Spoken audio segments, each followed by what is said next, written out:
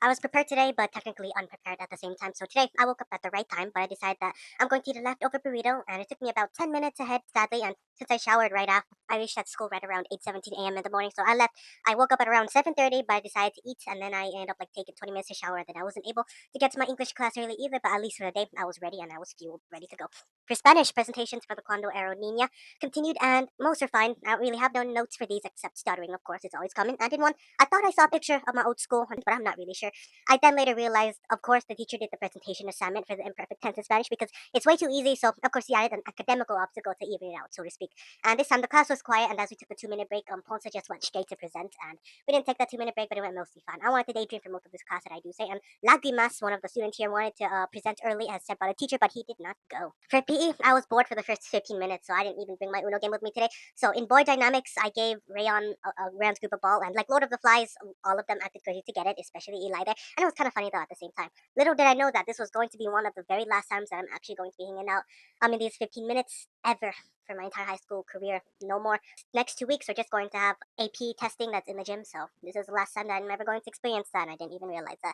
Thankfully for PE, we went to volleyball, but with 3 other boys that were in my team, thankfully there was not the other girl team as they dissolved into other volleyball groups, and I laughed a lot of the time, and even then I accidentally hit one of my team members' backs with a misserved ball that I did during volleyball, but it was not a proper game, but it was funny. But for science, today we have a presentation project regarding natural disasters, and we're going to be using Notebook LM for this. We had to pick groups, and sadly, I wasn't put in exactly a good group this time. There might have been a worse group, I guess, but the teacher used a random number generator to determine who gets to pick topics. The closest guess to the number revealed goes first, and we picked blizzards. And even when said, I mean, technically, patriarchally and historically, since I was a boy, I got picked as the leader. I was one of the only boys in that group ever.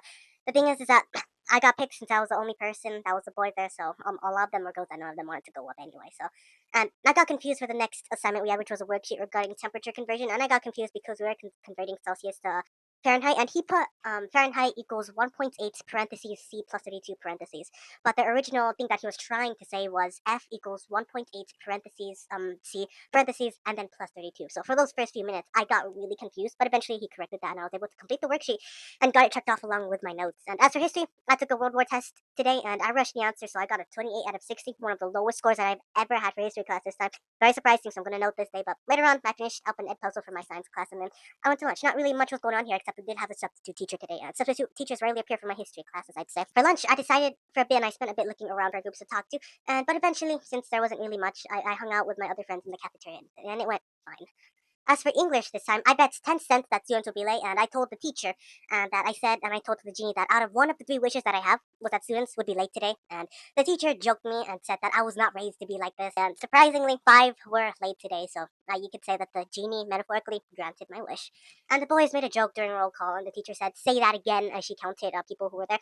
One said that they're late because of some technicalities with the CIF championship, and she said, like, I was joking, but she corrected again that there was a church activity she had to go to. Probably one of the most dangerous things to say. I was just joking. I don't think the teacher exactly noticed that, but the teacher understood and fixed that thing later on. At the first 10 minutes for no red ink in PC, and the class was mostly chill. The funny thing during this time is that Charles indirectly admitted that he used AI for his assignments, and she said, please don't turn in anything with your chat history. And I found that pretty funny because as he was saying, he doesn't use AI. He just showed the AI tab, and she just went through his history and all of that thing. Anyways, the side conversation that I had is that over a bag of empty chips was that a girl told me in my row, hey, throw it away because you're closer to the trash can. Jackson said to me, no, bro, stand up for yourself and have her do it instead. And as for my response, I left it on my desk, and as I got distracted with a teacher announcement, she eventually told one of the girls nearby, Regan, to just throw it away. Anyways, later on, we continued on the Louder Than a Bomb documentary, and we witnessed one of the saddest things that I did learn is that as we were passing through the 1 hour mark for the documentary, they were all doing this for a contest, and one of the saddest things that I heard is that in Nova's second poem, that her father, as she recounts with her other a brother named Cody who has a condition. Her father said to her, at least within the poem that she was recounting her experience in, quote unquote, put him in the middle of the seat so he dies first in a car accident, referring to her brother Cody with a condition, as I'd say. One of the most surprising things that I remember from watching this documentary today, I found that just really sad in my opinion. And the poem that found the most sad is the piece where a member of the Steinmites poem made a poem about school shooters and the sad realities that it has within today's U.S.